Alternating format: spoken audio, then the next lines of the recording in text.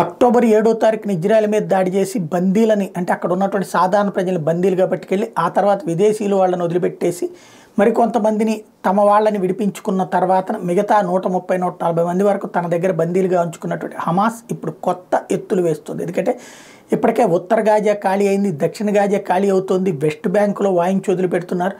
వీటన్నిటి మధ్య ఖాన్ యూనిస్ ఖాన్ ప్రాంతంలో కూడా పూర్తిగా ఇజ్రాయెల్ వశమైపోయింది. దీంతో బందీలను అక్కడే ఉంటే రేపో మాపో ఇజ్రాయెల్ ఆ బందీలను కనిపెడుతుంది. కనిపెట్టాక ఆ బందీలను కాపాడి పట్టుకుపోతుంది. అప్పుడు తాము యుద్ధంలో ఓడిపోయినట్టు. ఇప్పటిదాకా ఎంతమంది చచ్చినా, ఎన్ని వేల మంది తీవ్రవాదులు చచ్చినా వాళ్ళు చచ్చారన్నది ఒప్పుకోకుండా మేమే గెలిచాం, ఇజ్రాయెల్కి సంబంధించి 185 మందిని చంపాం, లేకపోతే 500 మందిని చంపాం, 1000 మందిని చంపామని ప్రపంచానికి చెప్తూ ఉన్నాం.